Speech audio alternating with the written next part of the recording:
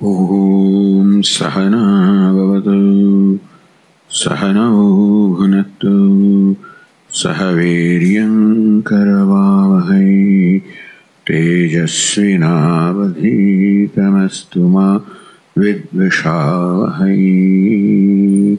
ॐ शान्ति शान्तिः।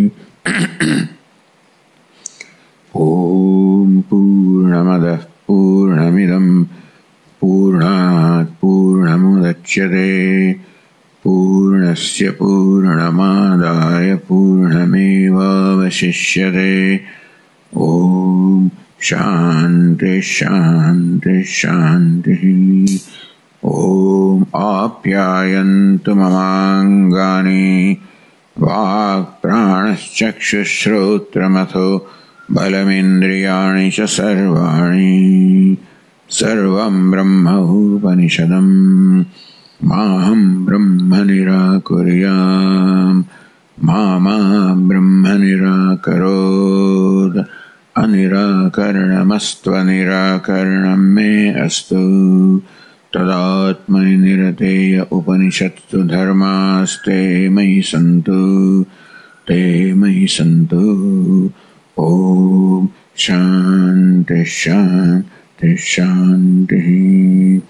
श्रुतिस्मृतिपुराणानाम् आलयं करुणालयं नमामि भगवत्पादं शङ्करं लोकशङ्करं शङ्करं शङ्कराचार्यं केशवं बादरायणं सूत्रभाष्यकृतौ वन्दे भगवन्तौ पुनः पुनः।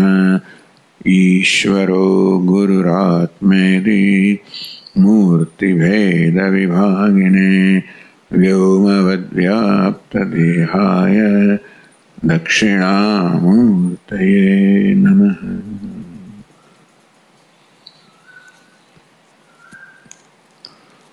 तो केनोपनिषदનું સંબંધ ભાષ્ય આપણે જોઈ રહ્યા છીએ। ભાષ્યકાર સંબંધ દર્શાવી રહ્યા છે।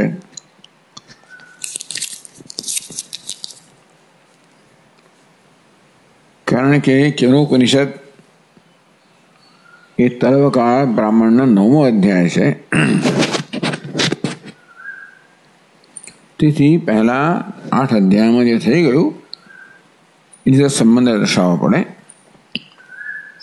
તો દુપ્રાંત કેનોપનિષદ પોતે શું કરી રહ્યું છે આપણા માટે પણ દર્શાવવું પડે। એ રીતે માનસિક રીતે આપણને સર્વ તૈયાર કરે છે આ ઉપનિષદનું શ્રવણ કરવા માટે મુખ્યત્વે। એ પ્રક્રિયામાં જે કે પ્રશ્નો વાદીઓએ ઉઠાવ્યા હોય એ પણ લે છે પ્રસંગોપાત। એ પણ આપણને આપણી પોતાની સ્પષ્ટતા માટે, જેથી આપણે કર્મકાંડ છે એનું શું પ્રદાન છે, જ્ઞાનકાંડનું શું પ્રદાન છે, આ બધું સ્પષ્ટ સમજી શકીએ। એ રીતે આપણી પોતાની સ્પષ્ટતા માટે જ આ બધી ચર્ચા કરવામાં આવે છે।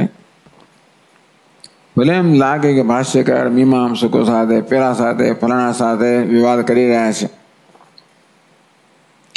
વાસ્તવમાં એ આપણા પોતાના જ સ્પષ્ટતા માટે થઈ રહ્યું છે।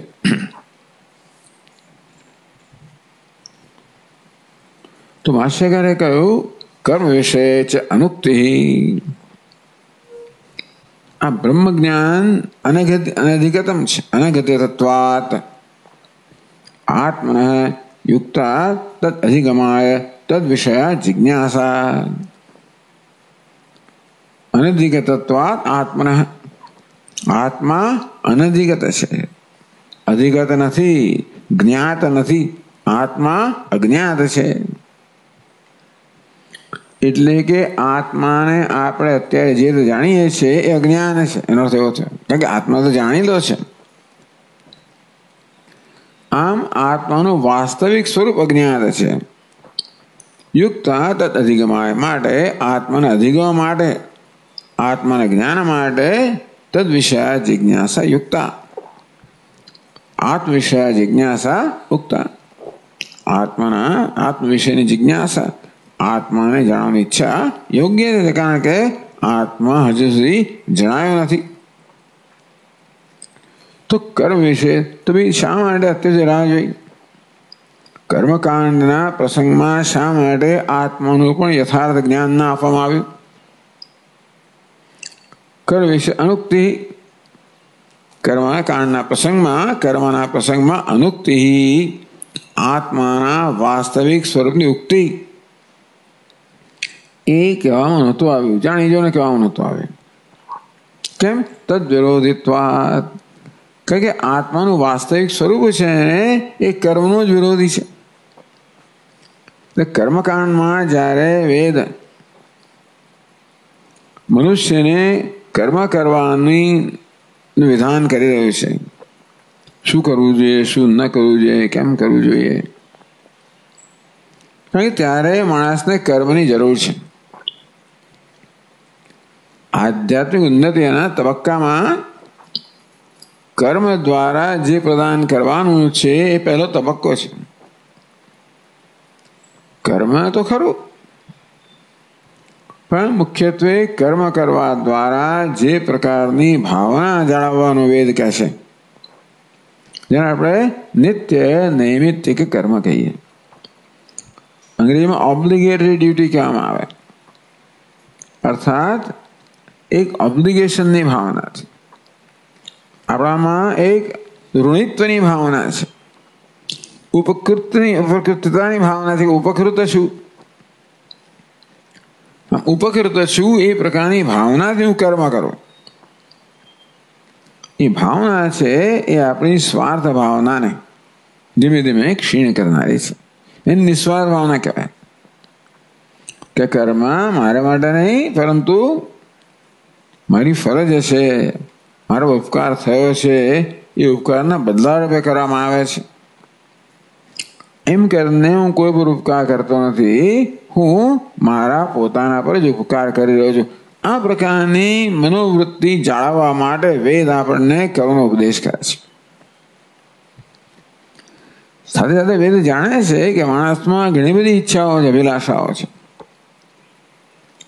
અભિલાષાઓ પૂર્તિ કરવી એના દીર્ઘકાળના હિતમાં નથી, એ વેદ જાણે છે. પરંતુ એ સમજવા જે માણસ તૈયાર નથી, એને કહીએ તો એ તૈયાર નથી. જેમ બાળક તૈયાર ના હોય, આ ખાઈશ તો તને આવું થશે તેવું થશે, કે એને એવી સમજ ના પડે. એટલા માટે ઘણા બધા એટલે કામનાઓ પૂરી કરવા માટેના પણ ઘણા બધા કર્મનું ત્યાં આગળ વિધાન કરવામાં આવ્યું. તો તદ વિરોધિત્વાત, આત્માને યથાર્થ જાણવામાં આવે તો અમનું કશું થઈ ના શકે. એમ જાણવામાં આવે કે આત્મા પરિપૂર્ણ છે તો પછી કામનાનો કોઈ અવકાશ જ નથી. હું અકર્તા છું તો કર્મને જ અવકાશ નથી. એટલે આત્માનું વાસ્તવિક જ્ઞાન થાય તો પછી કર્મ થઈ જ ના શકે. કર્મ માટે પહેલી જરૂરિયાત તો એ છે કે હું કરતા છું, કર્તૃત્વ બુદ્ધિ હોવી જોઈએ. આ કર્મનું કોઈ પ્રયોજન છે એવું પ્રયોજન બુદ્ધિ હોવી જોઈએ. પ્રયોજન ક્યાં તો મારું ઋણ ફેરવાનું પ્રયોજન હોય, કે પ્રયોજન મારી ઈચ્છા પૂરી કરવાનું, કંઈક પ્રયોજન તો હોય જ. આમ જીવનમાં કંઈક પ્રયોજન છે, કારણ કે મને જરૂરિયાત છે. પ્રયોજન ક્યારે હોય? કશીક જરૂરિયાત પૂરી કરવા માટે. એટલે ભલે હું મારું ઋણ ફેરતો, એનું પ્રયોજન પણ કંઈક જરૂરિયાત પૂરી કરવા માટે. મેં ભૂતકાળમાં જે કંઈ બધું ઋણ ભેગું કર્યું એ બધાને નિવારણ કરવા માટે છે ને. અર્થાત નિત્ય નૈમિતિક કર્મ છે એ આપણા પૂર્વના પાપ એને ધોવા માટે છે. પૂર્વનો પાપ કહો કે પછી ઋણ કહો, એ ધોવા માટે છે. એ ન કરીએ તો એ પાપ ન ધોવાય તો વળી પાછા આપણે જન્મ લેવો જ પડે. એટલે આ બધી વસ્તુ મારી જરૂરિયાત માટે છે. એટલે વેદનો એટલે આ પ્રકારની મારામાં આવી જાતની સમજ હોય મારા વિશે કે હું જરૂરિયાત વાળો છું, કર્મ કરનાર છું, કર્મ કરો મારી ફરજ છે, આ પ્રકારની મનોવૃત્તિ કે ભાઈ આ કરીશ તો મને આ લાભ થશે, તો જ પછી કર્મ થઈ શકે. આત્માનું યથાર્થ જ્ઞાન આપવામાં આવે ત્યારે તો આમનું કશું રહે નહીં. હું તો પૂર્ણ છું, નિત્ય મુક્ત છું, અકર્તા છું. તો કામ્ય કર્મ તો ના જ થાય, પરંતુ નિત્ય નૈમિત્તિક કર્મ પણ ના થાય. તદ વિરોધિત્વાत् અસ્ય વિજિજ્ઞાસિતસ્ય આત્મતત્વસ્ય કર્મ વિષયે અવચનમ. આત્મતત્વ જે જિજ્ઞાસા કરવા યોગ્ય છે, જે જાણવા યોગ્ય છે, અને જે જિજ્ઞાસાને આ ઉપનિષદ પૂરું કરે છે, તો એની જિજ્ઞાસા જન્મવી જોઈએ ને. પહેલા તો ઉપનિષદ ક્યારે અર્થવત બને? જ્યારે એ કોઈ ઈચ્છા પૂરી કરતું હોય. ઉપનિષદો આત્મજ્ઞાન આપણને ઉપદેશ કરે છે, એની જરૂર આપણને લાગી હોય ત્યારે. હજી જ્યાં સુધી આપણને સ્વર્ગની જરૂર લાગતી હોય કે પાપને દૂર કરવાની જરૂર લાગતી હોય ત્યાં સુધી આની જરૂર નથી. એટલે અસ્ય વિજિજ્ઞાસિતવ્યસ્ય આત્મતત્વસ્ય, જે જિજ્ઞાસાનો વિષય છે કે જે વિષયની જિજ્ઞાસા થવી જોઈએ એવું આત્મતત્વ છે. કર્મ વિષય અવચનમ, એના વિષય એટલે કર્મના પ્રસંગમાં એની કોઈ પ્રકારની ચર્ચા નથી. કસ્માદી ચેત, કેમ એવું કહો છો? આત્મનો યથાવત વિજ્ઞાનમ કર્મણા વિરુદ્ધતે. આત્મ યથાર્થ જ્ઞાન છે એ મેં કહ્યું પ્રમાણે કર્મથી વિરુદ્ધ છે. નિર્દિશે બ્રહ્મરૂપો હિ આત્મા વિજિજ્ઞાપયિષિત. તો આત્માના કયા સ્વરૂપનું જ્ઞાન પ્રદાન કરવાની ઈચ્છા છે ઉપનિષદમાં? નિર્દિશે બ્રહ્મ સ્વરૂપો હિ આત્મા. બ્રહ્મ જે નિર્દિશ છે, જે અનુત્તમ છે, અપરિચ્છિન્ન છે, એવું બ્રહ્મ છે, એ જ આત્મા છે. એ પ્રકારે આત્માને જણાવવાનું વિજિજ્ઞાપયિષિત. એ પ્રકારે આત્માનું જ્ઞાન પ્રદાન કરવાની, એ રીતે આત્માને જણાવવાનું પ્રયોજન ઉપનિષદનું છે. શા પછી કહો છો? તદેવ બ્રહ્મત્વમ વિદ્ધિમ વિદ્ધિ નેદમ યદિ ઉપાસતે ઇત્યાદિ શ્રુતે. આ ઉપનિષદમાં જ આ પ્રકારે ઉપદેશ કરવામાં આવશે. તદેવ બ્રહ્મત્વમ વિદ્ધિ, એ બ્રહ્મ તું છે. કેવું બ્રહ્મ? નિરતિશય બ્રહ્મ તું છે. નેદમ યદિદમ, જે ઇદમ તરીકે ઉપાસના થાય છે એ સાતિશય છે, સગુણ છે, સોપાધિક છે. એ નહીં, નિરુપાધિક નિર્ગુણ નિરતિશય બ્રહ્મ તું છે. તારામાં કોઈ પ્રકારની ઉણપ નથી. ઉપાસના પણ બહુ મોટી વસ્તુ નહીં થાય છે. હું એ હોઉં તો એ બહુ મહાન વસ્તુ છે અને સદાય પર્યાપ્ત નથી. આ પ્રકારે ઉપનિષદની શું ઈચ્છા છે કે અનંત અપરિચ્છિન્ન બ્રહ્મ તું છે, એ પ્રકારે જ્ઞાન પ્રદાન કરવાની, એ પ્રકારનું જ્ઞાન જન્માવવાની ઉપનિષદ પ્રયોજન છે. એમ કહે શું થાય? સ્વરાજ્ય અભિષિક્ત, હું શું બની દઉં? નિરતિશય બ્રહ્મ છું. અર્થાત કોઈ પ્રકારની જરૂરિયાત વગરનો બ્રહ્મ છું, પૂર્ણ છું. અને કેવું છું? સ્વતંત્ર છું. આ જ્ઞાનથી મનુષ્ય સ્વતંત્ર બને, બધા પ્રકારની જરૂરિયાતથી મુક્ત બને.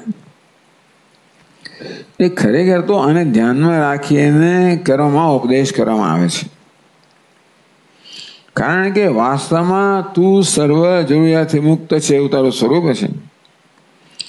એટલે અત્યારે ભલે તું તારી જાતને જાણતો નથી, તોય પણ તારી જરૂરિયાતને મહત્વ ના આપીશ. જો એને મહત્વ આપીશ તો ક્યારેય જરૂરિયાતથી મુક્ત બની જ નહીં શકે. અર્થાત એ પ્રકારની મનસ્થિતિને જો તું ચાલુ રાખીશ તો તું જરૂરિયાત વગરનો છું એ પ્રકારનું જ્ઞાન તને જન્મશે જ નહીં. મારી જરૂરિયાત પૂરી કરવા માટે કર્મ કરું તો હું જરૂરિયાત વાળો છું એ પ્રકારનો ખ્યાલ હંમેશા જળવાઈ જ રહેવાનો છે ને. તો એ પ્રકારની મનસ્થિતિમાં મને ઉપદેશ કરવામાં પણ આવે કે તું જરૂરિયાત મુક્ત છે, એ ઉપદેશ કામ નથી કરવાનો. હું જરૂરિયાતથી મુક્ત છું એ જ્ઞાન પ્રાપ્ત કરવા માટે મારે મારા મનને એ પ્રકારે કેળવવાનું છે કે અત્યારે પણ જરૂરિયાત જન્મે તો એ જરૂરિયાતને હું સત્યતા ના આપું. એ નિષ્કામ કર્મ કહેવામાં આવે. તો પછી હું જરૂરિયાત વગરનો છું એ પ્રકારે મારા વાસ્તવિક સ્વરૂપને હું ક્યારેક જાણી શકું. આ પ્રકારે સ્વરાજ્ય અભિષિક્ત, સ્વરાજ્યમાં સ્વતંત્રતામાં અભિષિક્ત કરવું. તો આ પ્રકારે અભિષેક કરવો, સ્વતંત્રતામાં પ્રસ્થાપિત કરવો, સર્વ પ્રકારની જરૂરિયાતથી મુક્તિમાં પ્રસ્થાપિત કરવો, એ ઉપનિષદનું એ પ્રકારનું જ્ઞાન જન્માવાનું પ્રયોજન ઉપનિષદનું છે. જ્યારે ઉપનિષદનું એ પ્રયોજન સિદ્ધ થાય, બ્રહ્મત્વમ ગમિત, હું બ્રહ્મપણાને પામ્યો છું, હું બ્રહ્મ છું, આ પ્રકારે ગમિત, આને જેને પ્રાપ્ત કર્યું છે, જાણ્યું છે, જે બ્રહ્મનિષ્ઠ થયો. કંચન નમિતુમ ન ઈચ્છતે નહીં ઈચ્છતે, એક સ્વદ્વિતીય, બીજું કોઈ છે જ નહીં નમન કરનારું. ખરેખર જ્ઞાની પુરુષની દ્રષ્ટિમાં બીજું છે જ, નમન કોને કરે? પણ છતાંય કર્મકાંડી એમ કહે કે તું કેમ કર્મ કરતો નથી? તો કર્મ કરવું એટલે શું? દેવતા આરાધન રૂપો યાગ હૈ. યાગ કરવાનું ધારો કે કહેવામાં આવે, કેમ આ વિરુદ્ધ છે? આત્માનું યથાર્થ જ્ઞાન છે, કર્મથી વિરુદ્ધ કેમ છે? કે આત્માના યથાર્થ જ્ઞાનમાં મનુષ્યને સ્વરાજ્યમાં સ્થાપિત કરવામાં આવે છે. હું સ્વરાટ છું, સ્વતંત્ર છું, સર્વ પ્રકારની પરતંત્રતાથી મુક્ત છું અને તેથી પરિપૂર્ણ છું. હવે તમે કહો, હવે એ અને કર્મ, અને કેમ આની કર્મકાંડમાં યુક્તિ કેમ ના કરવામાં આવે? આ પ્રકારનું જ્ઞાન જન્માવાનું પ્રયોજન ઉપનિષદમાં છે. જે પ્રકારના આત્માની જિજ્ઞાસા પૂરી કરવામાં આવે છે એ આવો આત્મા છે. કેવો? સ્વરાટ છે, બ્રહ્મ સ્વરૂપ છે, સ્વતંત્ર છે. હવે ધારો કે કર્મકાંડ આજ્ઞા આપી દે અને સ્વતંત્ર થઈ જાય, પછી પાછું કહે કે ભાઈ ફલાણું તું કર્મ કર, અમુક તું આ કર્મ કર, પેલાનું યજ્ઞ કર, પેલાની આરાધના કર. દેવતા આરાધન રૂપો યાગ હૈ. તો કર્મકાંડનો તો યાગ કરવાની આપણને આદેશ કરવામાં આવે. યાગ કોને કહેવાય? દેવતા આરાધન રૂપ, દેવતાનું આરાધના કરવી. એટલે ઇન્દ્રાય સ્વાહા, પ્રજાપતે સ્વાહા, ચતુર્થ વિભક્તિ છે ને, એને પ્રદાન કરવામાં આવે છે. જે પ્રાપ્ત કરનાર છે એને આપણે ચોથી વિભક્તિમાં મૂકીએ, એટલે એને ખુશ કરવા માંગીએ છીએ, એને આરાધના કરવા માંગીએ છીએ, એની આપણે અનુકૂળતા ઈચ્છીએ છીએ, એની ખુશી ઈચ્છીએ છીએ, એનો અનુગ્રહ ઈચ્છીએ છીએ. તો દેવતા આરાધન થાય છે. કોઈનું આરાધન તો જ થાય. બ્રહ્મવિચ્ચ સર્વદેવતા આત્મભૂત. બ્રહ્મજ્ઞાની કેવો છે? સર્વદેવતાનો પણ આત્મભૂત છે. આત્મા એ તેષામ ભવતી. હું તો, અને તેથી હવે હું મારી આરાધના કરી શકું એ કેવું બની શકે? અર્થાત દેવતાઓ હવે આરાધ્ય કક્ષામાં રહ્યા જ નથી. જ્ઞાનીની દ્રષ્ટિમાં દેવતાઓ પણ આત્મકક્ષામાં આવી ગયા. આરાધના કોઈ થાય? જે આરાધ્ય હોય તે. આરાધનાની યોગ્યતા ધરાવનારો હોય તે. જ્યાં સુધી મને પોતાનું વાસ્તવિક જ્ઞાન ન હતું ત્યાં સુધી દેવતાઓ આરાધનીય હતા. ત્યાં મને કહેવામાં આવે કે દેવતાની આરાધના કર, હું કરું. પણ હવે જ્યારે મને વાસ્તવિક જ્ઞાન થયું અને હવે મને કહેવામાં આવે, કર્મકાંડની વાત છે, કે તો આ દેવતાની આરાધના કેવી રીતે કરું? એ તો મારું બધા પૂછે છે ને, સ્વામી અદ્વૈતમાં કોણ કોની આરાધના કરે, કોણ કોની પૂજા કરે? વાત સારી છે, એ જ્ઞાન થાય ત્યારની વાત છે. નથી થયું ત્યાં સુધી. એટલા માટે તો આ કહેવામાં જ ના આવે. લોકો કામ કરતા અટકી જાય, પૂજા આરાધના કરતા અટકી જાય, જરૂર કોની છે? એટલે બંને બધું લટકી જાય, પછી ઉભા ભ્રષ્ટ થઈ જાય. તેથી તે વખતે તો એના મનમાં જે પ્રકારના ખ્યાલ છે એ ખ્યાલને સ્વીકારને એને માટે જરૂરી છે ને એનો ઉપદેશ કર્મકાંડમાં કરવામાં આવે છે. હજી પરિપક્વ નથી આ ઉપદેશ માટે. બ્રહ્મવિચ્ચ સર્વદેવતાત્મભૂત પશુભાવાચ વ્યાવૃત્ત. જ્યાં સુધી દેવતાને આરાધ્ય ગણવામાં આવે તો દેવતાને ખુશ કરવા માટે પ્રયત્ન કરો, જેમ પશુ પોતાના માલિકને ખુશ કરે અને બદલામાં માલિક પણ પશુનું ધ્યાન રાખે. એમ અમારા માલિકો છે દેવતાઓ, અને બધી એમની આરાધના કરું અને એક પ્રકારની આહુતિ આપીને ખુશ કરો, એ પણ મને ખુશ કરે. લે ભાઈ, એ સંબંધ કેવો છે? માલિક ને પશુ વચ્ચેનો સંબંધ છે. પશુરેવ સહ ઉપનિષદમાં કહ્યું, બૃહદારણ્યક તો પશુ જ છે. અન્યોહમ અન્યોસુ અન્યોહમ અસ્મિતિ. દેવતા અન્ય જે પ્રકારની આરાધના કરવા માણસ કેવો બની જાય છે? એ પશુનું સ્થાન સ્વીકારે છે. પશુ ભાવાચ વ્યાવૃત્ત. હવે એ પ્રકારનો ભાવ રહ્યો નથી. કથમ દેવતામ પ્રણમે. તો દેવતાની આરાધના, એમાં પ્રણામ એ 1600 ઉપચાર છે. નમસ્કાર છે ને ઉપચાર છે, સ્તુતિ પણ ઉપચાર છે. હવે આ જ્ઞાન ઉપચાર કેમ કરી શકે? કે કોને કરે? કોણ કરે? કિમ ઇચ્છન કસ્ય કામાય શરીરમ અનુસંજરે. તો ભાઈ અયમ અસ્મિતિ પુરુષ આત્માનમ ચેદ વિજાનયાત. અયમ હું બ્રહ્મ છું એ પ્રકારનું જ્ઞાન થાય પછી કિમ ઇચ્છન કસ્ય કામાય. કોઈ ઈચ્છા બાકી ના રહે અને કોઈ કામના કરનારો બાકી ના રહે. એટલે એટલા માટે આ કહ્યું. શા માટે? કર્મકાંડના વિષયમાં આત્મ તત્વનો ઉપદેશ કેમ નથી કરતો વેદ? વેદ જાણે છે કે આની જરૂર છે, તો કેમ નથી કહેતા? પહેલેથી કેમ ના કહ્યું? કારણ કે એ માટે તો તૈયાર ના હતો. એને બધા તૈયાર કરવાનો હતો. ઉપદેશ તો કરવાનો જ છે. વેદ ઈચ્છે છે કે આ જ્ઞાન છે એ આનામાં જન્મવું જોઈએ, કહે છે જ, વેદ ઈચ્છે જ છે. પણ એ જ્ઞાન ગમે તેને જન્મી ના શકે, એને માટે પરિપક્વતા જોઈએ. માટે કર્મકાંડ છે એ મનુષ્યને પરિપક્વ બનાવવા માટે છે. તેનામાં જિજ્ઞાસા જન્મે, જ્ઞાનની ઈચ્છા છે ને બીજી બધી ઈચ્છાઓ જતી રહે અને જ્ઞાનની ઈચ્છા જન્મે, એ પ્રકારની પરિપક્વતા જન્મે એવું વેદ ઈચ્છે છે.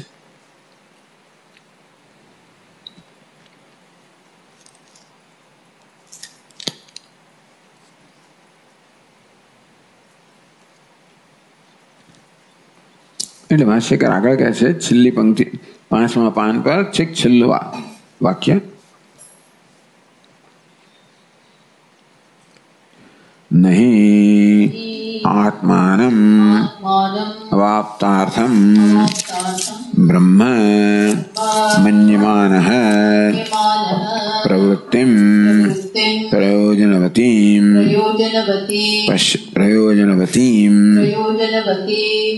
પશ્યતે ન ચ નિષ્પ્રયોજના પ્રવૃત્તિઃ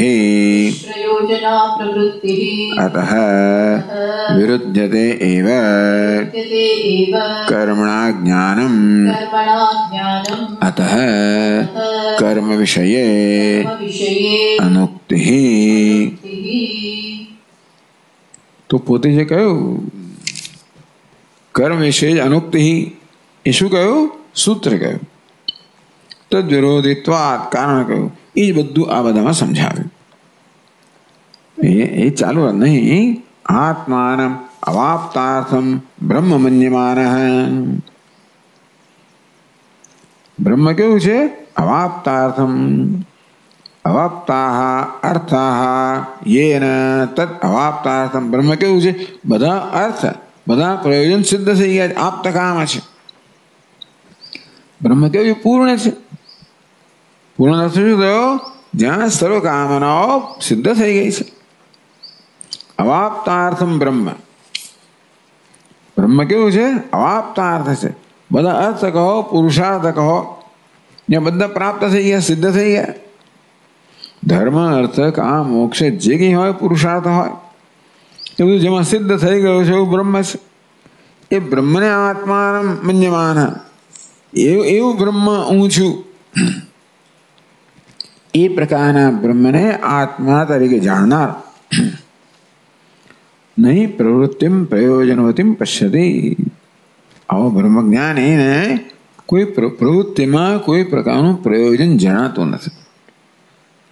હવે કોઈ પ્રવૃત્તિમાં પ્રયોજન જણાતું નથી. પ્રવૃત્તિ શેના માટે હોય?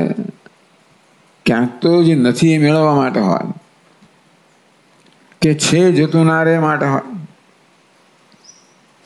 પણ નથી એ મેળવવાનું પૂર્ણમાં તો કશું મેળવવાથી પૂર્ણતામાં વૃદ્ધિ થવાની નથી, અને કશું ન કરવાથી પૂર્ણતામાં ક્ષતિ આવવાની નથી. પૂર્ણતા અવાપ્તાર્થમ બ્રહ્મ. બધા જ અર્થ જેમાં પ્રાપ્ત થઈ ગયા, અર્થાત જે પૂર્ણ છે, પ્રાપ્ત કરવાના અવાપ્તાર્થમ અર્થ બધા પૂર્ણ થઈ ગયા છે. જે પૂર્ણ છે જ પૂર્ણતા એને જ કહેવાય જેમાં વૃદ્ધિ કે ક્ષય ના થઈ શકે. તો કર્મ ક્યાં તો વૃદ્ધિ માટે હોય અથવા તો જે છે એનો ક્ષય અટકાવવા માટે હોય, એવું પ્રયોજન હોય. તો પ્રયોજનમ પ્રવૃત્તિમ પ્રયોજનવતીમ ન પશ્યતિ. આ બ્રહ્મજ્ઞાની જે પોતાને આપ્તકામ બ્રહ્મરૂપે જાણે છે અને હવે પ્રવૃત્તિમાં કોઈ પ્રયોજન દેખાતું નથી. ભલે ના દેખાય, કોઈ પ્રયોજન ના દેખાય તો શું થઈ ગયું? કામ તો કરો. અરે ભાઈ કેવી નચ નિષ્પ્રયોજન પ્રવૃત્તિ. કોઈ પ્રવૃત્તિ ક્યારે પ્રયોજન વગર ના થાય. એટલે કોઈ ડાયો માણસ ના કરે, ગાણો માણસ કરે, એને કંઈક પ્રયોજન જણાતું હશે, આપણે નહીં જણાતું હોય. એને એની તો પ્રયોજન જણાય એ ઉભો રહ્યો. સ્વામીજી વર્ણન કરે, પેલા ગાળાની હોસ્પિટલ હોય ને, ઉભો છે વૃક્ષ નીચે, અને આખી સભાને સંબોધી, એક માણસ એની સામે આખી સભાને સંબોધી રહ્યો છે. શું પ્રયોજન? એની દ્રષ્ટિએ પ્રયોજન. આપણને શું બોલે છે? એને કોને કહેતું? એને પ્રયોજન છે. એટલે કોઈ નહીં નિષ્પ્રયોજન પ્રવૃત્તિ. પ્રવૃત્તિ ક્યારે પણ પ્રયોજન વગેરે ના હોય. જે કરનાર છે એને કંઈક પ્રયોજન હશે, આપણે ન જણાતું હોય. આમ તો કહે છે કે ભાઈ પ્રયોજન મનુષ્ય મંદોભી ન પ્રવર્તતે. મંદ બુદ્ધિનો માણસ પણ પ્રયોજન વગર પ્રવૃત્તિ ના કરે. એટલે એને એની રીતે પ્રયોજન દેખાતું હશે. ટૂંકમાં આ જ્ઞાનને કારણે બધું પ્રયોજન જ જતું રહ્યું. સ્વરાજ્યમાં અભિષેક થવો એટલે શું? સર્વ પ્રકારના પ્રયોજનના ખ્યાલથી મુક્ત થવું. હવે પ્રયોજન ખ્યાલ જ છે. ખરેખર જોવા જઈએ તો પ્રયોજનને કોઈ સ્થાન નથી. આત્માના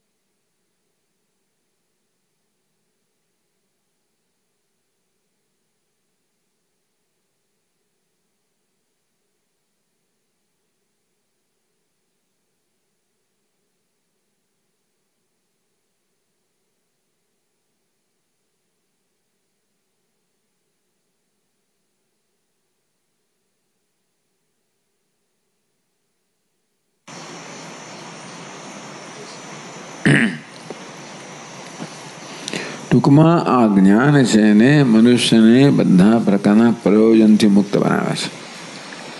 જીવનમાં કોઈ પ્રયોજન રહેતું નથી. એટલે ઘણા માને છે કે હવે એને જીવવાની જરૂરત શું છે? તો વેદાંત કે એને પોતાના પ્રયોજન જીવતો નથી. હવે ઈશ્વર એની પાસે જે પ્રયોજન એમાં સ્થાપિત કરે એને માટે જીવે છે. ઈશ્વર જીવાડે છે. હવે જીવન મુક્ત પુરુષ પોતાના જીવતો નથી. હવે એને જીવાડવામાં આવે છે માટે જીવે છે, ચાલો જે રીતે કહેવું હોય. પણ હવે જ્ઞાની પુરુષ જે પોતાને અવાપ્તાર્થમ બ્રહ્મ જાણે છે, તો અર્થ હોય તો પ્રયોજન હોય ને. કંઈક સિદ્ધ કરવાનો તો પ્રયોજન હોય. હું સ્વયં પૂર્ણ છું, સિદ્ધ છું, કોઈ પ્રયોજન રહેતું જ નથી.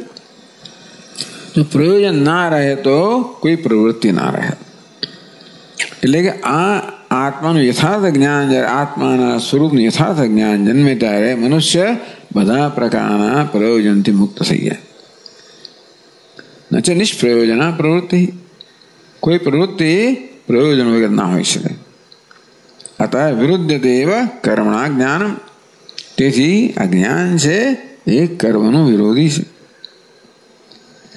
અતઃ કર્મ વિશે અનુક્તિ, એટલા માટે કર્મના પ્રસંગમાં આ જ્ઞાનની ઉક્તિ નથી. આ જ્ઞાનનો ઉપદેશ કરવામાં આવ્યો નથી. સમજાયું? એટલે અનધિગત છે કહેવાનું છે કે આત્મા અનધિગત છે, અર્થાત આત્માના વાસ્તવિક સ્વરૂપનું જ્ઞાન નથી.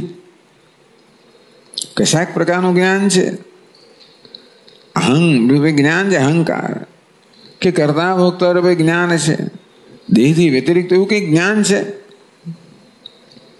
એ જ્ઞાન મુક્તિ કરનારું નથી. એ જ્ઞાન તો શેને મળે છે? એ કર્મ કરવા માટે ઉપયોગી છે. પરલોકમાં જઈને કર્મનું ફળ ભોગવવા માટે ઉપયોગી છે, કે પછી અન્ય દેહમાં જઈને સંસાર ચાલુ રાખવાનો ઉપયોગી છે. અત્યારે આત્માનું જે જ્ઞાન છે ને એ મુક્ત કરવાનો ઉપયોગી નથી. અથવા જે પ્રયોજન આપણામાં છે એ પ્રયોજન સિદ્ધ કરવા આ જ્ઞાન ઉપયોગી નથી. કે આ બધું જ્ઞાન હોવા છતાં પ્રયોજન તો રહી જ જાય છે. પ્રયોજન એટલે કર્મ થવાનો જ છે, એટલે સંસાર ચાલવાનો જ છે. એટલે હું પ્રયોજન રહિત છું. એ પ્રકારનું જ્ઞાન એ આત્માનું વાસ્તવિક જ્ઞાન છે. આ જ્ઞાન કર્મથી વિરુદ્ધ છે, કારણ કે પ્રયોજન વગર કોઈ કર્મ ના થઈ શકે. એટલે આ રીતે કહેવામાં આવ્યું.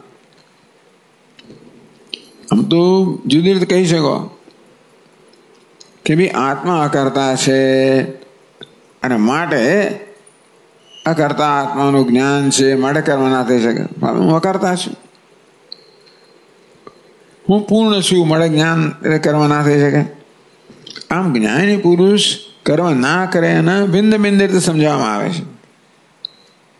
અહીં કઈ સમજાવવામાં આવ્યું? આ જ્ઞાની પુરુષ સર્વ પ્રયોજનથી મુક્ત થઈ જાય છે. અને તેથી હવે કર્મ કરવાનું કોઈ ઇન્સેન્ટિવ, કોઈ પ્રેરણા રહી જ નથી ને, પ્રેરક બળ નથી રહ્યું. આ પ્રયોજન છે એને એ કર્મ કરવાનું પ્રેરક બળ છે, એટલે કે મોટિવેશન. અંગ્રેજીમાં કહે મોટિવેશન કે ઇન્સેન્ટિવ કે પછી પ્રેરક બળ. એટલા જ માટે આપણે માણસની પાસે કામ કરાવવું હોય ને તો એનામાં પ્રયોજન સ્થાપિત કરવું પડે કે જો આ તારા પ્રયોજન સિદ્ધ કરે તો જ કરે, નહીં તો ના કરે. મને કઈ પ્રયોજન દેખાતો નથી, નહીં જ કરે. મેનેજમેન્ટ એને કહેવાય, એને પ્રયોજન દેખાડે વગેરે. ચાલો ટૂંકમાં પણ એ રીતે અહીં આ પ્રકારે ભાષ્યકારે આ રીતે કહ્યું કે કર્મકાંડના વિષયમાં કેમ આ આત્મતત્વનું નિરૂપણ નથી એ જુદી રીતે કહી શક્યા હોત. આત્મા કરતા છે, અભોગતા એમ કહી શક્યા હોત, નિત્ય મુક્ત છે મળે કહી શક્યા હોત, પૂર્ણ છે મળે કહી શક્યા હોત. પણ આ તો પ્રયોજનમાંથી મુક્ત છે એ પ્રકારે કહ્યું. નહીં ન છે નિષ્પ્રયોજના પ્રવૃત્તિ, કોઈ પ્રવૃત્તિ પ્રયોજન વગર ના થઈ શકે. અત વિરુદ્ધ દેવ કર્મણા જ્ઞાન માટે આ આત્મતત્વનું યથાર્થ જ્ઞાન છે એ કર્મથી વિરુદ્ધ છે. એટલે કર્મ કરવાનું કારણથી વિરુદ્ધ છે. આમ તો પ્રયોજનથી વિરુદ્ધ છે. પ્રયોજન કર્મ ના થાય, તેથી કર્મ માટેનું કારણ છે એ જ દૂર કરે છે. એ રીતે આત્મજ્ઞાન છે એ કર્મથી વિરુદ્ધ છે. અતઃ કર્મ વિશે અનુક્તિ, એટલા માટે હવે સિદ્ધ કર્યું. એટલા માટે કર્મના પ્રસંગમાં આત્મજ્ઞાનની ઉક્તિ નથી, ઉપદેશ નથી, નિર્દેશ નથી. વળી કહે છે આગળ પછીનું વાક્ય, विज्ञान विशेष विषया एव जिज्ञासा।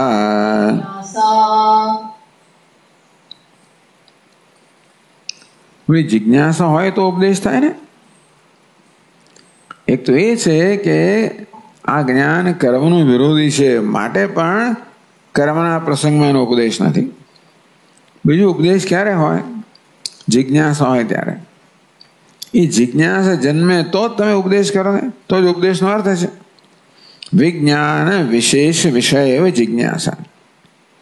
आम आत्मानुं ज्ञान तो छे, सामान्य ज्ञान छे, थोड़ुं वधारे पण छे। देह व्यतिरिक्त आत्मा छे हूँ एवुं पण ज्ञान छे। कर्ता भोक्ता एवुं पण ज्ञान छे। એટલે એની કોઈ જિજ્ઞાસા નથી। હું અકર્તા છું, અભોક્તા છું, એ પ્રકારના વિશેષ જ્ઞાન પ્રાપ્ત કરવાની જિજ્ઞાસા જન્મે। અત્યારે જે રીતે મારી જાતને જાણું છું એ જાણવાની તો કોઈ ઈચ્છા છે નહીં। એ તમને કહેવાનો અર્થ નથી। કર્મ કરતા કરતા આ સિવાય બીજી કશી જિજ્ઞાસા જન્મની સંભાવના નથી જો સકામ કર્મ કરવામાં આવે તો। નિષ્કામ કર્મ કરવામાં આવે તો આત્માના વિશેષ સ્વરૂપની જિજ્ઞાસા જન્મે।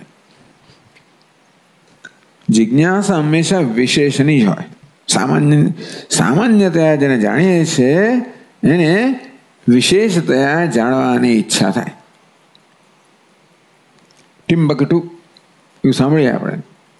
સામાન્ય થયું ટિમ્બકટુ, અરે ક્યાં છે? તો એનું વિશેષ ક્યાં છે એ જાણવાની ઈચ્છા ક્યારે જન્મે કે ટિમ્બકટુ છે। સાંભળ્યું જ ના હોય તો હજાર લાખો સાંભળી નથી આપણે, ઈચ્છા જન્મતી જ નથી। 100 વર્ષ પહેલા કોઈ લેપટોપ શું વસ્તુ છે, સેટેલાઇટ શું વસ્તુ છે, હવે ઈચ્છા જન્મી જ ના હોત ને। સેટેલાઇટ શબ્દ સાંભળો ત્યારે ખબર છે સેટેલાઇટ ઉપગ્રહ શું વસ્તુ છે। આમ સામાન્યતા જે જણાયો હોય એને વિશેષતા જાણવાની ઈચ્છા જન્મે એને વિજ્ઞાન વિશેષ વિષય। વિજ્ઞાન સામાન્ય છે અને વિશેષ વિજ્ઞાન પ્રાપ્ત કરવાનું છે એની હંમેશા જિજ્ઞાસા હોય। જિજ્ઞાસા ક્યારે હોય? વસ્તુને સામાન્યતા જાણી હોય અને તેને આપણને વિશેષ જાણવાની ઈચ્છા જન્મે। એ જન્મતી નથી કર્મકાંડમાં। આત્માને સામાન્યતયા જાણવામાં આવ્યો છે કે દેહ અતિરિક્ત શું એવું કંઈ કલ્પના અને કરતા ભોગતા છે। એ જ્ઞાનથી જ બધું ચાલતું હોય તો પછી વધારે જાણવાની ઈચ્છા ના જન્મે। પણ એ પ્રકારે કર્મ કરતા કરતા જ્યારે અંતઃકરણ શુદ્ધિ થાય અને ત્યારે ઈચ્છા જન્મે કે ભાઈ આત્માનું વિશેષ સ્વરૂપ શું છે, કે આત્મા બ્રહ્મ છે, બ્રહ્મ રૂપે વિશેષતા જાણવાની ઈચ્છા જન્મે। અદ્વિતીયતા બ્રહ્મતયા એવી કંઈ જાણવાની ઈચ્છા જન્મે કે કર્મ કેમ થાય છે, કર્મ થાય પછી કર્મના સ્વરૂપ ચિંતન, કોણ કેમ કર્મ થાય છે, કોણ કર્મ કરે છે, કોણ કરાવે છે। એટલે નહીં તો આપણે બધું કર્યા જ કરીએ। પેલો માણી છે, પેલો માણસ પીવડાયા જ કરે પાણી, એને કયું ફૂલ જેવી ચિંતા પાણી પીવડાયા જ કરે। હવે એમ કરતા કરતા સરખી રીતે કામ કોઈ દળવા કયું ફૂલ છે, કયો છોડ છે, એની કેવી રીતે એની માવજત કરવી, એ વિશેષ જિજ્ઞાસા જન્મે તો પછી આપણે કોઈને પૂછીએ। શા બધા ફૂલ છે એટલું જાણે છે, છોડ છે, પીવા પાણી પીવડાવવાનું છે। તો વિજ્ઞાન વિષય વિશેષ પ્રકારના વિજ્ઞાન જેનો વિષય છે। વિજ્ઞાન વિશેષ વિષય યસ્યાહ સા વિજ્ઞાન વિશેષ વિષય। વિશેષ પ્રકારનો વિજ્ઞાન જેનો વિષય છે એવી આ જિજ્ઞાસા છે। સામાન્ય પ્રકારનું જ્ઞાન છે પણ વિશેષ પ્રકારનું વિજ્ઞાન પ્રાપ્ત કરવાને જેનો વિષય એવી જિજ્ઞાસા જન્મે। હવે એ પ્રકારનું જિજ્ઞાસા નથી તો ઉપદેશ ના થાય ને। કર્મકાંડના પ્રસંગે આત્મજ્ઞાન વિશેષતા પેલો ઉપદેશ થાય છે તો દેહ વ્યતિરિક્ત એવો ઉપદેશ થાય છે। તું કરતા ભોગતા છે એવો ઉપદેશ થાય, તું કરતા છે અહીં ત્યાં ભોગતા મને એવો ઉપદેશ થતો નથી, પણ એવો ઉપદેશ છે ને જાણે કે થઈ ગયો અર્થાપત્તિ દ્વારા. અર્થાત જેને કહેવાય, અર્થ સિદ્ધ એટલે અર્થાપત્તિ સિદ્ધ. એટલે ચાલો આડકતરી રીતે ઉપદેશ થયો. એથી વધારે જાણવાની ઈચ્છા જન્મે તો આત્મતત્વનો ઉપદેશ થાય ને. એવી તો ઈચ્છા છે નહીં, એટલા માટે પણ ઉપદેશ નથી. તો પેલી પાદનો છે આ 7મા પાન પર, વિજ્ઞાન વિશેષ વિષયાદિ આત્મના બ્રહ્મત્વેન જ્ઞાનમ વિજ્ઞાન વિશેષ. આત્મા કરતા છે, ભોગતા છે, એ પ્રકારનું જ્ઞાન તો છે, પણ વિશેષતા આપણે જાણતા નથી. આત્મા બ્રહ્મ છે. તો આમ સામાન્ય જ્ઞાન છે ને વિશેષ જ્ઞાન ન હોય ત્યારે બધા ભ્રમ જન્મે. તે રીતે આત્માના ભ્રમ છે. તો આત્મા આમ તો શું ભાષુ અસ્થિ ભાતિ પ્રિય જ્ઞાન છે, બ્રહ્મ શું વિશેષ જ્ઞાન નથી, માટે ભ્રમ છે. એ તો આપણે વાત કરી ગયા. આત્મા બ્રહ્મત્વેન જ્ઞાન વિજ્ઞાન વિશેષ. આત્મા વિશેનો વિશેષ વિજ્ઞાન શું? બ્રહ્મત્વેન, હું બ્રહ્મ છું એનું જ્ઞાન છે. એ આત્મા વિશેનું વિશેષ વિજ્ઞાન છે. આત્માની વિશેષતાનું વિજ્ઞાન છે.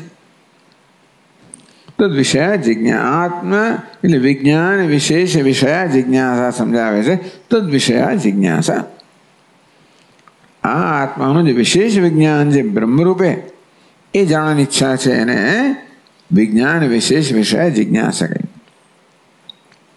તદ વિષય વિષય ઇત્યર્થ. ટૂંકમાં આ વિષય જેનો વિષય છે, વિશેષ જ્ઞાન પ્રાપ્ત કરવું એ જેનો વિષય છે એવી જિજ્ઞાસા.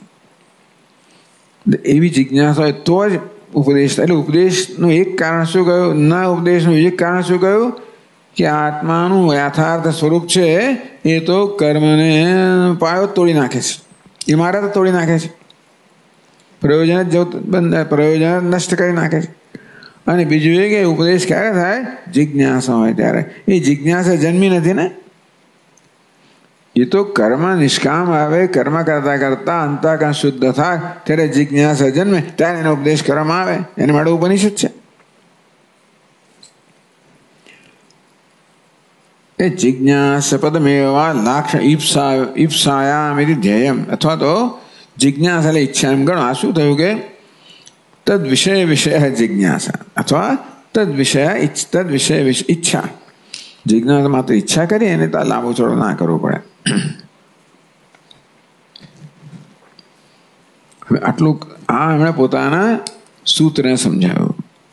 કર્મ વિષય અનુક્તિ તદ વિરુદ્ધાર્થત્વાત વિરોધિત્વાત સમજાવ્યું. હવે આનંદગીરી કહે છે 5મા પાનની છેલ્લી પંક્તિમાં, આ તો સિદ્ધ થઈ ગયું. હવે આગળ બ્રહ્માત્મ તત્વજ્ઞાનમ કર્મ વિરુદ્ધમ ચેત. ચાલો આપના કહેવા પ્રમાણે બ્રહ્માત્મ તત્વજ્ઞાનમ, બ્રહ્મ આત્મા છે એ પ્રકારનું તત્વજ્ઞાન. કર્મ વિરુદ્ધમ ચેત, એ જ્ઞાન જો હું બ્રહ્મ છું, એ જ્ઞાન જો કર્મની વિરુદ્ધ હોય, આપણે ચર્ચા કરી એ પ્રમાણે, તર્હિ શ્રુત્યા બ્રહ્માત્મત્વ ઉપદેશેન અર્થાત કર્મ તિત્યાજયિતમિતિ. તો પછી જ્યારે શ્રુતિ બ્રહ્માત્મત્વ ઉપદેશ કરે છે, એ આત્મા તો બ્રહ્મ છે. બ્રહ્માત્મત્વ ઉપદેશેન, એ બ્રહ્માત્મત્વના ઉપદેશથી કહ્યું કે તું બ્રહ્મ છે. એ પ્રકાર ઉપદેશથી શું એનો એટલે અર્થાપત્તિથી કર્મ તિત્યાજયિતમ, ત્યાજયિતમ ઇષ્ટમ, એવું કહીને ખરેખર તો શ્રુતિ તમારી પાસે કર્મનો ત્યાગ કરાવડાવે છે. તું બ્રહ્મ છે, નિષ્કામ છે, પૂર્ણ છે. એ પ્રકારે આત્મતત્વનો બ્રહ્મનો ઉપદેશ કરવા અને પરિણામ કરવા દ્વારા ભલે શ્રુતિ એ શબ્દો ના કહેતી હોય. અર્થાત એટલે શું છે? અર્થાપત્તિ. આવું કહે છે માટે આમ હોય જ. એટલે આવું કહીને શું કહેવા માંગે છે શ્રુતિ? કર્મને આપણે ત્યાગ કરાવવા માંગે છે આપણી પાસે. એવું જ થયું ને, ભાઈ તું તો પૂર્ણ છે, તને કશું પણ જરૂર જ નથી, દરેક કર્મ છોડી દેવું જોઈએ. એટલે આ ઉપદેશથી શું સૂચન કરવામાં આવ્યું કે એ ઉપદેશ દ્વારા આપણી પાસે કર્મનો ત્યાગ કરાવવા ઈચ્છે છે શ્રુતિ. ઇતિ અનુષ્ઠાન પ્રસજ્યેત. તો ક્યારે પછી જ્યારે આપણને શ્રુતિયા ઉપદેશ કરે કે આત્મા તો બ્રહ્મ છે, ત્યારે એ ઉપદેશ દ્વારા અર્થાત અર્થાપત્તિથી શ્રુતિ આપણને કર્મનો ત્યાગ કરાવવા ઈચ્છે છે. તો પછી અતઃ એવું હોવાને કારણે જિજ્ઞાસા હેતુત્વેન અભિમતઃ કર્મકાંડેન સંબંધ. જો આ પ્રકારે કર્મનો ત્યાગ જ કરાવવાનો હોય તો કર્મ કરાવો શું કામ છે? પછી તો કર્મનો ત્યાગ કરાવવાનો હોય તો પછી પહેલેથી કર્મ શું કામ કરાવો છો પછી ત્યાગ કરાવડાવો છો? પછી કહે છે પ્રક્ષાલનાદિપંકસ્ય દૂરાદ સ્પર્શનમ વરમ. પહેલા કઈ ચાલીને જા, કાદવમાં ચાલીને જા એમ કે, પછી કહો પગ સાફ કર. એટલે ભાઈ મને શું કામ ચલાવડાવ્યો? જો મારા પગ સાફ કરાવડાવવાના જ હતા તો બી કાદવમાં ચલાવડાવ્યો શું કામ?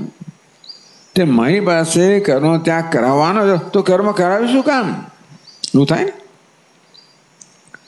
એટલે ભલે ભવિષ્યમાં પણ જ્યારે ઉપનિષદ આપણને એવું જ્ઞાન કરે કે તું બ્રહ્મ છે, તો એ જ્ઞાન દ્વારા શું પ્રકારનું સૂચન કરવામાં આવ્યું કે તારે કર્મ ત્યાગ કરવો જોઈએ? એટલે કે શ્રુતિ આપણને કર્મનો ત્યાગ કરાવવાની જ છે. તો પછી અનુષ્ઠાન પ્રસજ્યેત. તો પછી કર્મનું અનુષ્ઠાન ક્યારે ન કરવું જોઈએ ને? જો કર્મનો ત્યાગ જ કરવાનો હોય, અર્થાત કર્મ ત્યાગ અયોગ્ય હોય તો ક્યારે અનુષ્ઠાન ન થવું જોઈએ ને? પહેલાં શું કામ થવું જોઈએ? આ કાદવ છે ને એ ધોવા યોગ્ય જ હોય તો પહેલાં કાદવ ખરડાવવાનો હોય જ નહીં ને. એમ કર્મ નામના કાદવને આપણે ધોવાનો જ હોય ત્યાગ કરવા દ્વારા. તો શું કામ ભાઈ આપણે ખરડાવીએ? તો આપણે શા માટે સુધી એવું કર્મનો ઉપદેશ કરે છે કે કર્મ આદેશ કેમ કરે છે? અતઃ જિજ્ઞાસા હેતુત્વેન અભિમતઃ કર્મકાંડેન સંબંધ. આપણે કર્મકાંડ શું સંબંધ સમજાવ્યો? હેતુ હેતુમત ભાવ. કે કર્મકાંડ શું છે? હેતુ છે. જ્ઞાનકાંડ શું છે? હેતુમત છે. એટલે કર્મકાંડ હેતુત્વ જ ધરાવે છે. હેતુ છે એટલે શું? હેતુ પણ ધરાવે છે, હેતુત્વ ધરાવે છે. શેનું હેતુત્વ? જિજ્ઞાસા હેતુત્વ. જ્ઞાનકાંડ તો ઉપદેશ કરે છે ને, એ ઉપદેશ માટે તૈયારી કે પરિપક્વતા કર્મકાંડ જન્માવે છે. કર્મકાંડ જિજ્ઞાસા જન્માવે છે. એ જિજ્ઞાસા એટલે કહ્યું ને વિષય વિજ્ઞાન વિષય જિજ્ઞાસા જન્માવે. એ આત્માનું વિશેષ સ્વરૂપ શું છે એવી જિજ્ઞાસા જન્મે જ્યારે આ નિષ્કામ હવે કર્મ અને ઉપાસના કરવામાં આવે ત્યારે. એ રીતે આપણે કહેવામાં કહ્યું કે કર્મકાંડ છે એ જિજ્ઞાસા જન્માવા દ્વારા જ્ઞાનકાંડનો હેતુ છે. કર્મ જ્યારે નથી જ કરવાનું તો કર્મકાંડનું પ્રયોજન જ ન રહ્યું ને.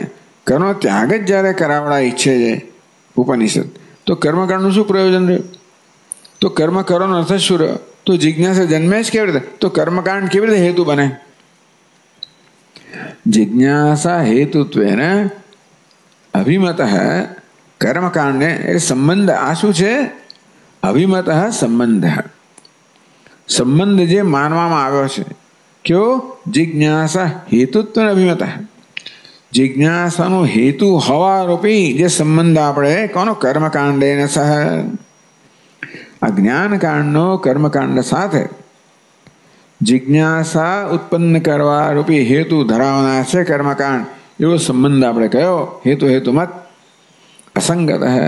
જો કર્મ જ્યારે કરવાનું ના હોય તો પછી જિજ્ઞાસા જન્મે જ નહીં, તો તો કર્મકાંડ કેવી રીતે જ્ઞાનકાંડનો હેતુ બને? તમે જે સંબંધ કહો ને અસંગત હશે, એવી દલીલ કરવામાં આવી. ત્યાં આગળ 9મી પાદનો છે,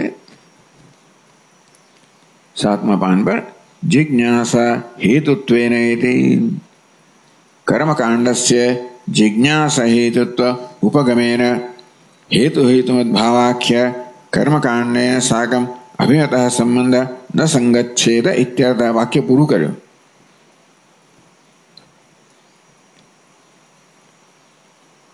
जिज्ञासा हेतुत्वेन अभिमतः કહ્યું ને. कर्मकांडस्य जिज्ञासा हेतुत्व उपगमेन કે કર્મકાંડ છે જિજ્ઞાસાનું કારણ છે એ પ્રકારે ઉપગમ અર્થ આપણે સ્વીકાર્યું. આપણે એ પ્રકારે સ્વીકાર્યું કે કર્મકાંડ છે એ જિજ્ઞાસા ઉત્પન્ન કરવાનો હેતુ છે. એ રીતે હેતુ હેતુ ભાવ આપણે કર્મકાંડને કઈ રીતે જોયો? કર્મકાંડ પ્રત્યે આપણો અભિગમ કેવો છે, દ્રષ્ટિકોણ કેવો છે? આપણો દ્રષ્ટિકોણ, મીમાંસકોનો દ્રષ્ટિકોણ ગમે તે હોય, પણ વેદાંતિનો કર્મકાંડ પ્રત્યે કેવો અભિગમ છે, કેવો દ્રષ્ટિકોણ છે? કર્મકાંડ છે એ જિજ્ઞાસા હેતુ છે. આ વિશેષ વિજ્ઞાન વિશેષ ની જિજ્ઞાસા જન્માવાનો હેતુ છે. એ પ્રકારે તમે કર્મકાંડને તમારી દ્રષ્ટિ કર્મકાંડ પ્રત્યે આવી છે. એ રીતે તમે હેતુ હેતુ ભાવ સંબંધ કર્મકાંડને તમે જિજ્ઞાસા જન્માવાનો હેતુ સ્વીકારીને કર્મકાંડને જ્ઞાનકાંડનો હેતુ કયો. જિજ્ઞાસા જન્માવા દ્વારા કર્મકાંડ છે એ જ્ઞાનકાંડનો હેતુ બન્યો. કે જ્ઞાનકાંડ જિજ્ઞાસા સંતોષ એવું તમે કહ્યું. તો એ પ્રકારના કર્મકાંડેને સંબંધ એટલે કર્મકાંડને સાકમ ત્રિવિભક્તિ છે ને, એટલે સાકમ કે કર્મકાંડ સાથેનો ત્યાં લખ્યું નથી આનંદગીરીમાં, એટલે અહીં કહ્યું કર્મકાંડેને સાકમ અભિમત એટલે શું? અભિમત અભિપ્રેત સંબંધ, જે સંબંધ તમે માનો છો અભિમત ન સંગચ્છેત. જો કર્મનો ત્યાગ કરાવડાવવાનો હોય તો કર્મ થવાનું જ ના હોય તો કર્મથી જિજ્ઞાસા જન્મે જાય અને તો પછી આ કર્મકાંડ કેવી રીતે જ્ઞાનકાંડનો હેતુ બને? માટે તમે જે સંબંધ સ્વીકાર્યો કર્મકાંડ જ્ઞાનકાંડ વચ્ચે કે કર્મકાંડ જિજ્ઞાસા જન્માવીને જ્ઞાનકાંડનો હેતુ છે, એ જ્ઞાનકાંડ હેતુમાં જ છે, એ સંબંધ અસંગત છે. કારણ કે કર્મનો ત્યાગ જ કરાવવાનો હોય તો પછી કેવી રીતે જિજ્ઞાસા જન્મે? ઇતિ આશંકા ઉદ્ભાવ્ય. આ પ્રકારની આશંકા પહેલા ભાષ્યકાર ઉદ્ભાવ્ય વ્યક્ત કરે છે, ઊભી કરે છે. અભિહિતમ સંબંધમ સમર્થયતિ. અને પછી જે સંબંધ પોતાને અભિહિત છે, અભિપ્રેત છે, તે કયો એ સંબંધને સમર્થયતિ.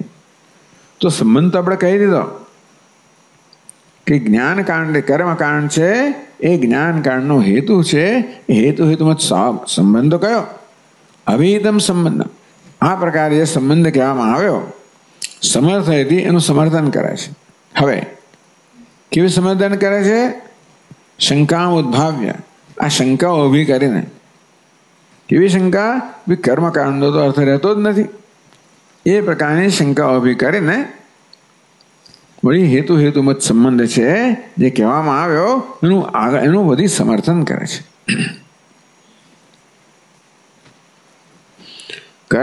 કર્મ અનારંભ ઇત્યાદિ સૂત્રેણ.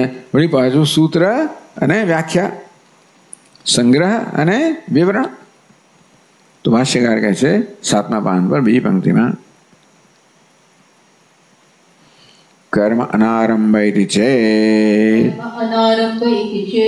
न निष्कामस्य संस्कारार्थत्वात्. कर्म अनारंभ. તમે એવી દલીલ કરો કે છેવટે ઉપનિષદ દ્વારા આત્માનો જે ઉપદેશ પ્રાપ્ત થવાનો છે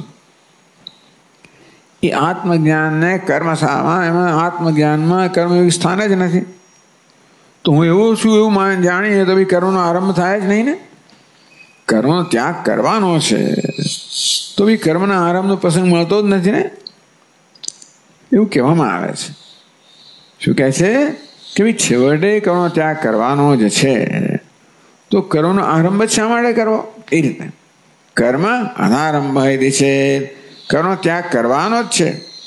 છેવટે આપણને વેદ કે ઉપનિષદ કર્મનો ત્યાગ કરાવડાવવાનું છે, ત્યાર પછી કર્મના આરંભનો શું ઉપયોગ રહ્યો? ખરો કે નહીં? એ આપણે સમજવું પડે ને. એ દિશે એટલે કર્મનો ત્યાગ ભવિષ્યમાં કરવાનો છે, મારે અત્યારે શા માટે કર્મ કરવું એવો તમારો પ્રશ્ન હોય તો કે ના, એ પ્રશ્ન બરોબર નથી, તો પણ કર્મ કરવું યોગ્ય છે. કેમ? નિષ્કામસ્ય સંસ્કારાર્થત્વાદ. એ જ કર્મ જ્યારે નિષ્કામ ભાવે કરવામાં આવે ત્યારે સંસ્કાર એટલે શુદ્ધિકરણ કરે.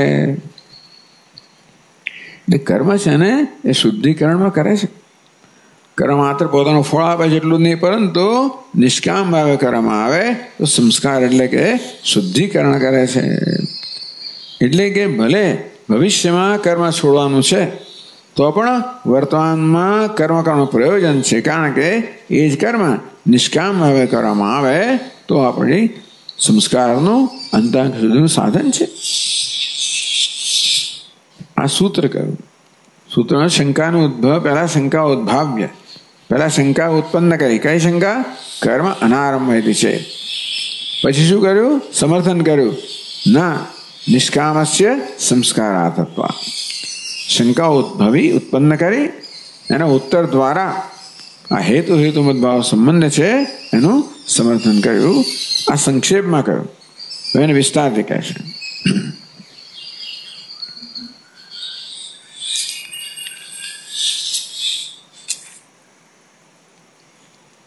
ભાષ્યકાર કહે છે યદિ આત્મવિજ્ઞાનેન આત્મવિદ્યા વિષયત્વાत् પરિત્યાજયિષિतं કર્મ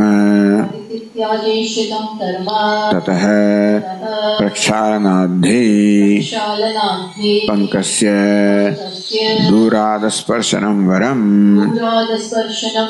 ઇતિ અનારંભ એવ કર્મણઃ શ્રેયાન.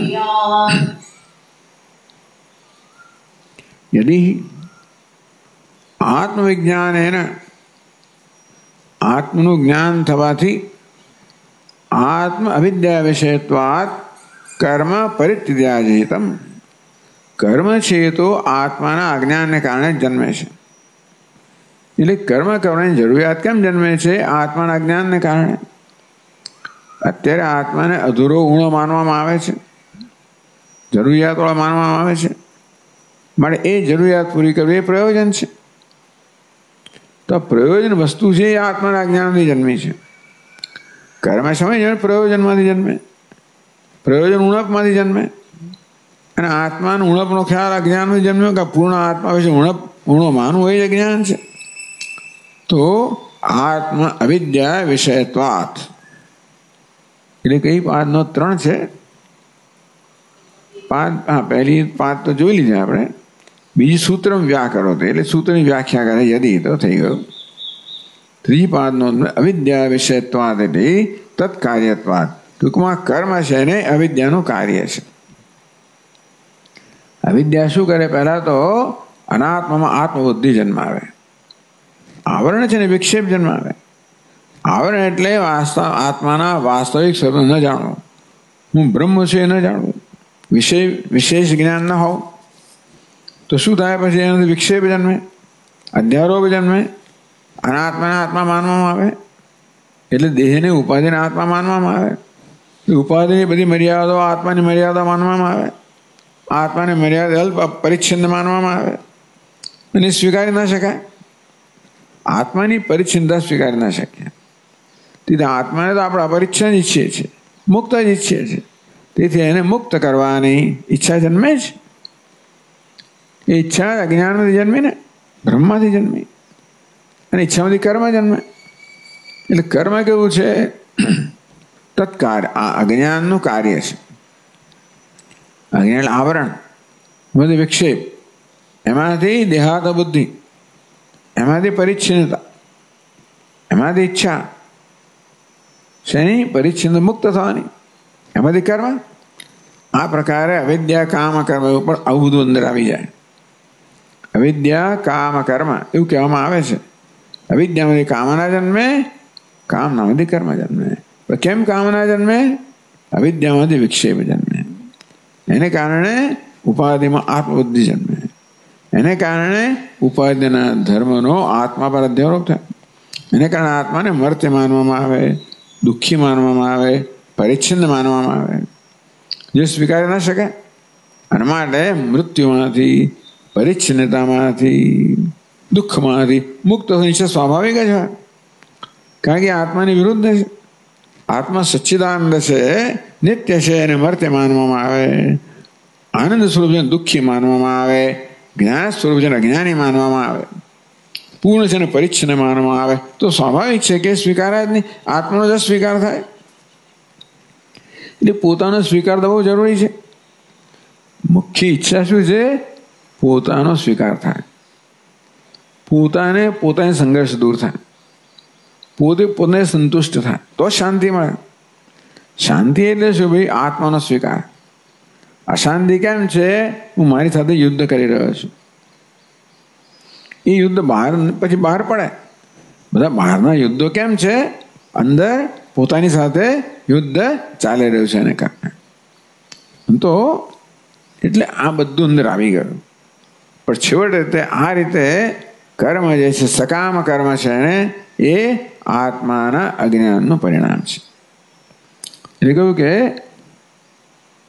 અવિદ્યા વિષયત્વાત્ કર્મ.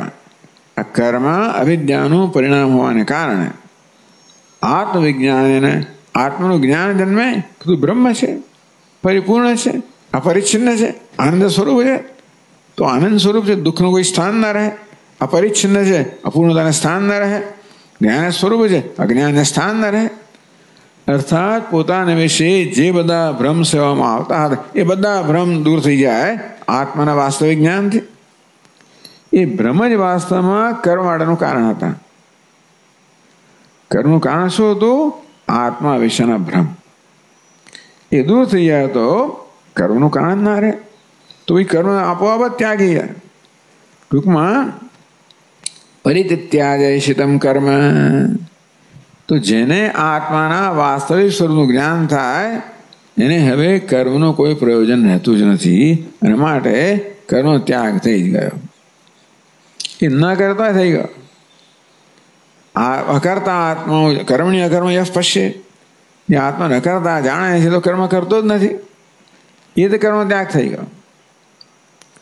ટૂંકમાં કર્મ જે છે, ચેષ્ટાનો બી કર્મનો ત્યાગ થયો કે ના થયો? ચેષ્ટા તો ઉપાધિનો ધર્મ છે ને. એ ઉપાધિના સ્તરે કર્મ થઈ રહ્યું છે, એને આત્માના સ્તરે થયેલું માનવામાં આવતું હતું.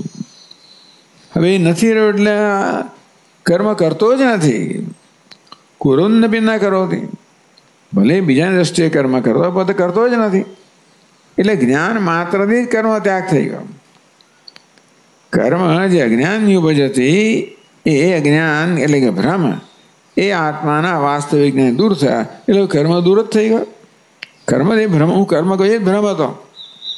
હું કર્મ કરું છું એ જ ભ્રમ હતો, દૂર થઈ ગયો. એટલે એ રીતે કર્મનો ત્યાગ મુખ્ય અર્થમાં એ પ્રકારે કર્મનો ત્યાગ થયો.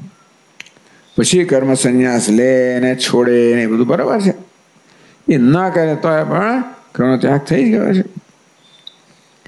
એટલે આત્મવિજ્ઞાન કર્મ પરિત્યાજયશિતમ. એટલે આત્મજ્ઞાનથી છેવટે કર્મ છે એનો પરિત્યાગ કરાવવાની અંદર ઈચ્છા રહેલી છે છેવટે. તો પછી પ્રક્ષાલનાદિ પંકસ્ય દૂરાત અસ્પર્શનમ વરમિતિ. પંક એટલે કાદવ. પ્રક્ષાલનાદ, આ કાદવનું પ્રક્ષાલન કરવું, કિચ્છડથી પગને ખરડાવવો અને પછી એને પ્રક્ષાલન કરવું. પ્રક્ષાલન ધોવું. પંકજથી પ્રક્ષાલનાદ, પહેલા આપણા પગને પંકથી કાદવથી ખરડાવો પછી પ્રક્ષાલન કરવું, પછી એને ધોવું. શું કામ ભેગા ભાઈ? દૂરાત અસ્પર્શનમ વરમ, એના કરતાં પંખથી દૂર જ રહેવું અને સ્પર્શ જ ના કરવો, એટલે ખરડાય જ નહીં, તો પછી પ્રક્ષાલનનો પ્રશ્ન જ ના આવે. તો તમે કર્મથી પહેલાં અમને ખરડાવો છો અને પછી એને દૂર કરવાની વાત કરો, તો શું કામ પહેલી કર્મ કરાવડાવો છો? તમારે અમારી પાસે કર્મનો ત્યાગ જ કરાવવો છે જ્ઞાનથી, તો કરાવો છે. શું કરવાનું? ઇતિ કર્મ અનારંભ ઇતિ છે એ સમજાવે છે. એટલે ઇતિ અનારંભ કર્મણ, એ રીતે કર્મનો અનારંભ છે. જ્ઞાનથી કર્મનો આરંભ થાય, એટલે ટૂંકમાં જ્ઞાન થાય તો કર્મનો આરંભ થાય જ નહીં. સર્વારંભ પરિત્યાગે, ભગવાન કહે બધા આરંભનો પરિત્યાગ થઈ ગયો, તેથી કર્મનો આરંભ જ ન થાય. પછી બીજું પણ કહે છે,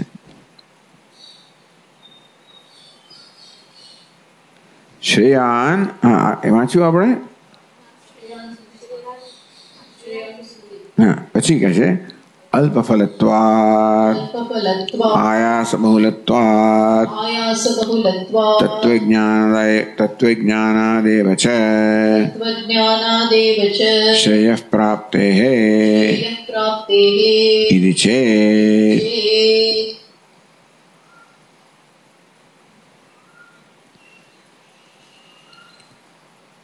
એટલે કહ્યું કે ભાઈ કર્મણ અનારંભ એવ શ્રેયાન, કર્મનો આરંભ ન કરો એ જ યોગ્ય છે. પછી કહે છે કે અલ્પફલત્વાદ, કર્મ કરો તો એ શું? અત્યંત અલ્પ ફળ પ્રદાન કરનારું છે. આયાસ બહુલત્વાદ, ખૂબ બધો પરિશ્રમ કરો અને ફળ તો અલ્પ મળવાનું છે. ગમે તે હોય ને, યત કૃતકમ તદલ્પમ, કર્મથી જે પ્રાપ્ત થાય તો અલ્પ જ હોવાનું છે, પરિચ્છિન્ન જ હોવાનું છે, ભલે સ્વર્ગ હોય. તેથી તત્વજ્ઞાન ઉપરાંત એ સિવાય આપણી પાસે કશો માર્ગ ન હોય તો કર્યા જ કરીએ. કર્મ કરવા સિવાય આપણી ઈચ્છાઓ પૂરી કરવાનો બી ઉપાય ન હોત. સુખની, જ્ઞાનની, અમરતાની ઈચ્છા પૂરી કરવા માટે કર્મ સિવાય, એટલે લોકો સ્વર્ગમાં જાય એટલે અમરતાની ઈચ્છા પૂરી થાય, સુખની ઈચ્છા પૂરી થાય. એટલે આપણી પાસે બીજો માર્ગ ન હોત તો બરાબર છે, બહુ આયા થોડું કર્મ કરીએ. બીજો માર્ગ છે કયો? આત્મજ્ઞાન. એ હોય જે આયાસ વગરનો છે અને હંમેશા મુક્ત કરનારો છે, તો પછી એનો કેમ આપણે સ્વીકાર ના કરીએ? એનું કેમ આચરણ ના કરીએ? કોઈ કર્મનો શા માટે આચરણ કરે? એટલે કર્મ આરંભ ન કરવા બે પ્રયોજન કર્યા. એક તો એ કે ભાઈ જ્ઞાનથી કર્મની ઇમારત જ રહેતી નથી, અને માટે જ્ઞાન થવાથી કર્મ ત્યાગ થઈ જાય. અને બીજું, કર્મથી જે મળે છે તો જ્ઞાનથી મળી જ ગયું છે. શું મળી ગયું? શ્રેય પ્રજ્ઞાનાદેવ તત્વજ્ઞાન શ્રેય પ્રાપ્ત હેતી. તત્વજ્ઞાનથી શ્રેયની પ્રાપ્તિ થઈ ગઈ, મોક્ષની પ્રાપ્તિ થઈ ગઈ, અથવા ઈચ્છિત વસ્તુની પ્રાપ્તિ થઈ ગઈ. તમારે તો અમરતા જોઈએ પ્રાપ્ત થઈ ગઈ, જ્ઞાન જોઈએ પ્રાપ્ત થઈ ગયું, સર્વજ્ઞ બની ગયો, સુખ જોઈએ પ્રાપ્ત થઈ ગયો. તત્વજ્ઞાનાદેવ છે શ્રેય પ્રાપ્ત. તત્વજ્ઞાનથી શ્રેયની પ્રાપ્તિ થાય તો પછી જેનું અલ્પ ફળ છે અને અત્યંત આયાસ છે એવું કર્મ કોણ કરે? એટલે કર્મ કરવા માટેના બે કારણ, ન કરવાના બે કારણ કયા? પહેલું કારણ શું કહ્યું? કે જ્ઞાન થયા પછી કર્મની કોઈ ઉપયોગિતા ન રહે, એટલે જ્ઞાન થયા પછી કર્મ ત્યાગ કરવાનો જ હોય, તો અત્યારે કર્મથી ખરડાવવાની શું? અત્યારે કેમ ત્યાગ ન કરી દઈએ? અને બીજું કારણ કહ્યું કે જ્ઞાન કર્મથી જે પ્રાપ્ત થવાનું છે એનાથી ઘણું વધારે જ્ઞાનથી પ્રાપ્ત થઈ જ જવાનું છે, તો શું કામ કર્મ કરીએ? અને તેથી બે કારણો કયા? શેના માટે? કર્મ અનારંભ હતી. કર્મ અનારંભ માટેના બે કારણ કયા? ઇતિ ચેત, એટલે કર્મ અનારંભ ઇતિ ચેત. આ જે છે ને, આ પૂર્વ પક્ષ અંશ છે, એનું અહીંયા વિવરણ કરવામાં આવ્યું. ન નિષ્કામસ્ય સંસ્કારાર્થત્વા, એ શું છે? એ ઉત્તર છે, એનું વિવરણ પછી કરશે. પણ ઇતિ ચેત સુધી શેનું વિવરણ કરવામાં આવ્યું? કર્મ અનારંભ ઇતિ ચેત. પૂર્વ પક્ષ છે ને, सूत्रना ए अंशનું વિવરણ આટલા વાક્યોમાં કરવામાં આવે. પછી એનું જે સમાધાન છે શું છે? ન નિષ્કામસ્ય સંસ્કારાર્થત્વાत् એનું વિવરણ હવે કરો સત્યમથી કરવામાં આવશે. જોઈશું આપણે. અમે કોઈ 5 નોટ તો રહી નથી ગઈ ને? થઈ ગઈ.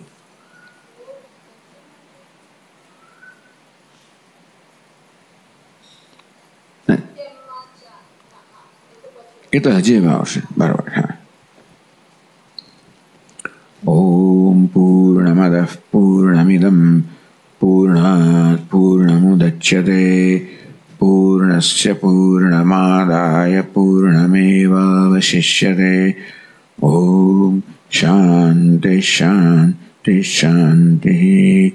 શંકરં શંકરાચાર્યં કેશવં બાદરાયણં सूत्रभाष्यकृतौ वन्दे भगवन्तौ पुनः पुनः. ईश्वरो गुरुरात्मेति मूर्तिभेदविभागिने व्योमवद्व्याप्तदेहाय दक्षिणामूर्तये नमः. ॐ शान्ति शान्ति शान्तिः. हरिः ओम्. श्री गुरुभ्यो नमः. हरिः ओम्.